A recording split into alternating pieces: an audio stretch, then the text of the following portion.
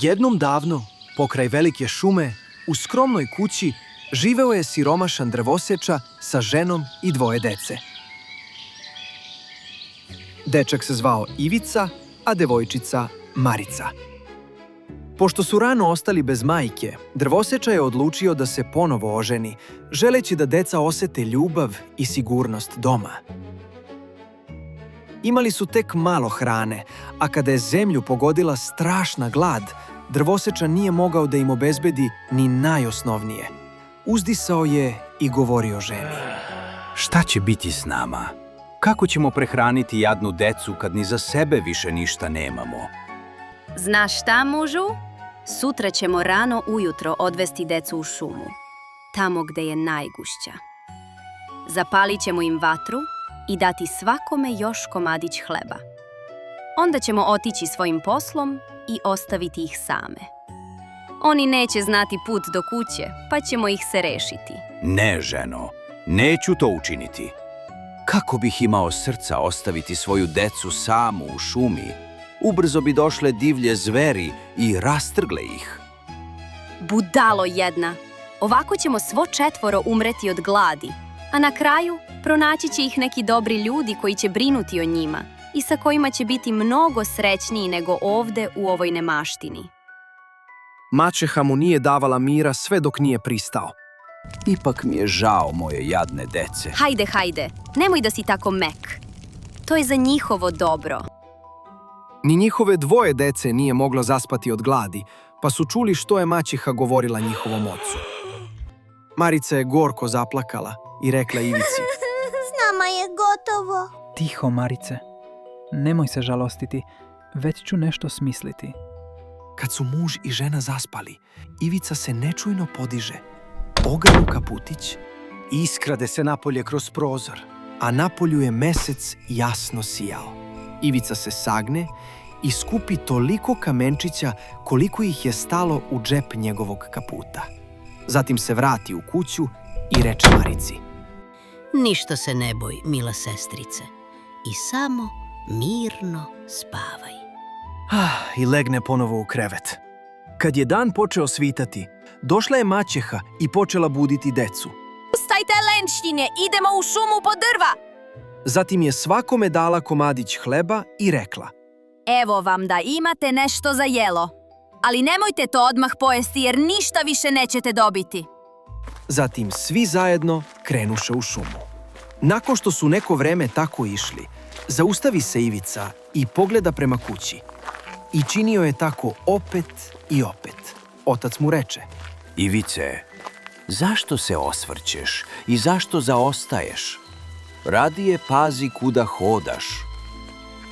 Oče, gledam svoje belo mače koje tamo sedi na krovu i želi mi reći s Bogom. Ne izmišljaj, to nije tvoje mače, nego jutarnje sunce koje obasjeva dimnjak. No Ivica nije gledao mače, nego bi svaki put kad bi se okrenuo, bacio na stazu beli oblutak iz džepa. Kad su se našli usred šume, otac reče. Skupite malo drva, deco, pa ću naložiti vatru da se ne smrznete. Ivica i Marica doneše grančice, te ih zapale. Kada se vatra lepo rasplamsala, žena reče. Sad lezite tu uz vatru, deco, i odmorite se. Mi idemo u šumu naseći drva. Kad budemo gotovi, vratit ćemo se po vas.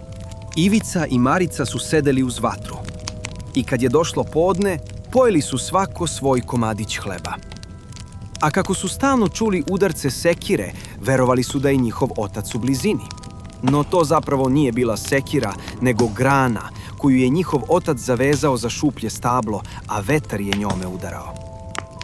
Nakon dugog sedenja, sklopiše im se oči od umora, te čvrsto zaspaše. Kad su se napokon probudili, bila je već mrkla noć. Marica briznu u plač i reče. Kako ćemo sada izaći iz ove šume? Čekaj malo dok ne izađe mesec, onda ćemo već naći put. I zaista, kad se pun mesec uzdigao na nebu, uze Ivica sestricu za ruku, pa pođoše tragom kamenčića koji su svetlucali poput sjajnih kovanica i pokazivali im put.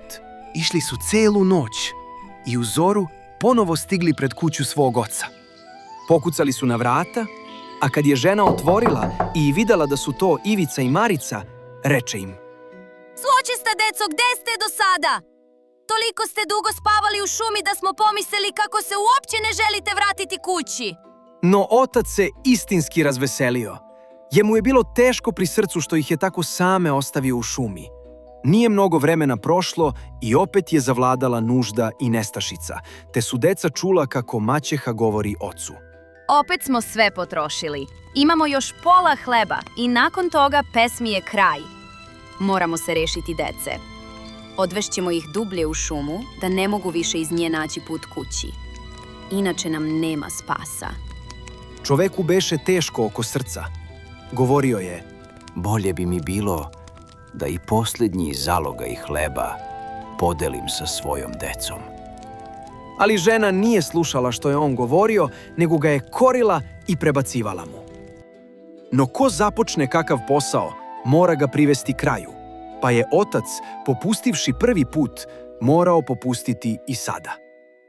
Međutim, deca su još bila budna i čula su njihov razgovor. Kad su muž i žena zaspali, Ivica ponovo ustane. Hteo je izaći iz kuće i skupiti oblutke kao prošli put. No maćeha je zatarabila prozor od spolja, pa nije mogao napolje. Ipak je Ivica tešio sestricu i govorio: Ne plači, Marice, samo mirno spavaj. Rano ujutro došla je žena i izvukla decu iz postelje. Dobili su svako po komadić hleba, još manji nego prošli put.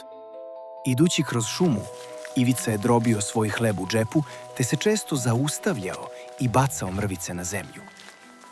Ivice, zašto se zaustavljaš i okrećeš? Idi svojim putem. Gledam za golubom koji sedi tamo na krovu i želi mi reći zbogom. Opet on sa izmišljotinama. To nije tvoj golub, to je jutarnje sunce koje obasjava dimnjak. No Ivica je i dalje bacao mrvice hleba putem. Žena je odvela decu još dublje u šumu, na mesto gde još nikada nisu bili. Tu opet naložiše veliku vatru, a maćeha reče: Samo ostanite ovde sedeti, deco. Ako ste umorni, možete malo odspavati. Mi idemo u šumu da sečemo drva, a uveče, kada budemo gotovi, doći ćemo po vas. Kad je bilo podne, Marica podeli svoj hleb sa Ivicom koji je svoj komad rasuo putem. Zatim su zaspali i veče je prošlo, a niko nije došao po sirotu decu. Probudili su se kad je već bila mrkla noć. Ivica je tešio sestricu i govorio: Čekaj samo, Marice, dok izađe mesec, pa ćemo videti mrvice koje sam bacao i one će nam pokazati put kući. Kad je mesec izašao, njih dvoje su krenuli, no nisu našli ni jednu mrvicu, jer su ih sve pokljucale šumske ptice. Išli su celu noć i još jedan dan, od jutra do večeri, no nisu izašli iz šume. I bili su silno gladni, jer nisu jeli ništa osim nekoliko bobica koje su našli na tlu. I kako su bili toliko umorni da ih noge više nisu htele nositi, legli su pod neko stablo i zaspali. Već je svitalo i treće jutro otkako su napustili kuću svog oca. Odjednom Ivica zastane i podigne pogled. Kroz guste grane ugledali su nešto neobično. Krov šarene kućice u daljini. Marice, Vidiš li i ti? kad su prišli sasvim blizu, videše da je kućica sagrađena od slatkiša, čokolade, torte, keksa, lizalica.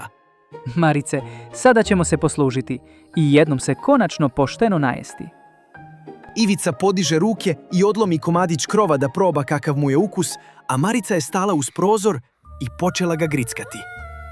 Tada se začuo tanak glas iz kućice. Sladak prozor, hrskav krov, ko to gricka sad moj dom? Ivica i Marica su jeli dalje, ne obazirući se.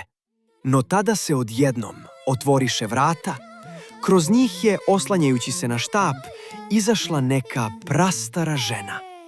Draga deco, ništa se ne bojte. Uđite slobodno, nikakvo vam se zlo neće dogoditi. Lepo ću vas ugostiti i nahraniti. Starica ih je uvela u kuću. Iznela im je svakojakog jela. Zatim im je pripremila 2 lepa kreveta, pa su Ivica i Marica legli srećni, nasmejani i siti. Ali starica se samo pretvarala da im želi dobro. Ona beše zla veštica, koja je vrebala decu, a kućicu od kolača sagradila je samo zato da bi ih namamila, kako bi joj bili sluge i radili teške kućne poslove, ili čak pojela. Rano sledećega jutra ona je svojom koščatom rukom zgrabila Ivicu, odvukla ga u malu prostoriju i tamo ga zaključala iza rešetkastih vrata. Zatim je otišla do Marice, protresla je i viknula. Ustaj, neradnice! Donesi vode i skuvaj svom bratu nešto dobro. Treba ga udebljati. A kad bude debeo, bit će to dobar zalogaj. Od tada za jadnoga Ivicu se kuvalo najbolje jelo, a Marica je dobijala samo otpatke. Svakoga jutra odlazila je starica do Ivice i vikala. Ivice, pruži mi prst da opipam, jesi li se udebljao? No Ivica bi joj pružio koščicu od pečenog pileta. Starica, koja je već slabo videla, misleći da je koščica Ivicin prst, čudila se što dečak ne postaje nimalo deblji. Kad je prošlo mesec dana, a Ivica je i dalje bio jednako mršav, veštica izgubi strpljenje i odluči da neće više čekati. Čuj, Marice, požuri i donesi vodu. Bio Ivica debeo ili mršav, ne mogu više da čekam. Ah, kako se žalostila sirota sestrica dok je nosila vodu i kako su joj se suze slivale niz obraze. Hajde, ne drami, i onako ti ništa ne pomaže. Nego sipaj vodu u kotao i zapali vatru pod njim. Marica posluša i sve obavlja polako, kako bi dobila dovoljno vremena da smisli način da spasi brata. Polako sipa vodu i naloži vatru. Nakon nekog vremena starica je naredila. Hajde, zašto se toliko vučeš? Proveri da li je voda dovoljno vrela. Marica se pravila da ne zna šta treba da uradi, pa reče. Ne znam kako da to učinim. Glupa devojko, pusti mene, od tebe nema nikakve vajde. Bolje da i tebe pojedem jer ničemu ne služiš. Evo, nagneš se i staviš prst da proveriš temperaturu vode. Tada je Marica gurne u kotao, a veštica krene da zapomaže. Ne! Izvuci me odmah! Ne volim vodu. Ne znam da plivam. Biću dobra, samo mi pruži ruku da izađem. Marica tada otrča do Ivice, otvori vrata ključem koji je uzela od veštice i poviče. Ivice, požuri! Moramo pobeći dok se starica nije izbavila. Ivica skoči pa uzviknu. Samo nešto da obavim, brzo ću. On otvori jedan ormar, jer je video da veštica tamo nešto skriva, pa nađe škrinje sa biserjem i dragim kamenjem. Ovo je još bolje od oblutaka. Reče Ivica i natrpa džepove koliko god je stalo. A Marica napuni svoju kecelju.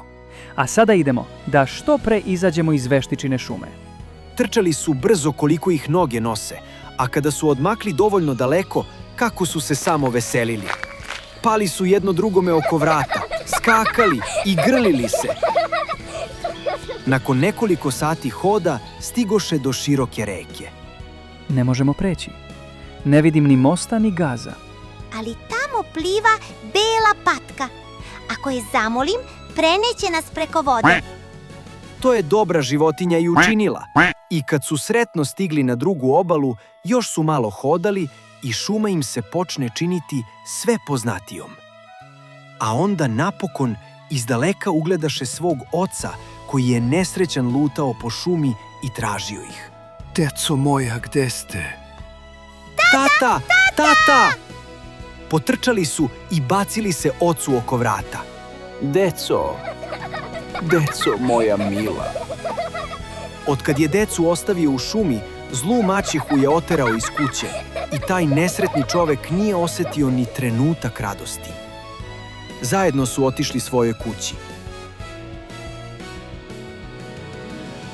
Marica istrese kecelju, te se biserje i drago kamenje raspe po sobi,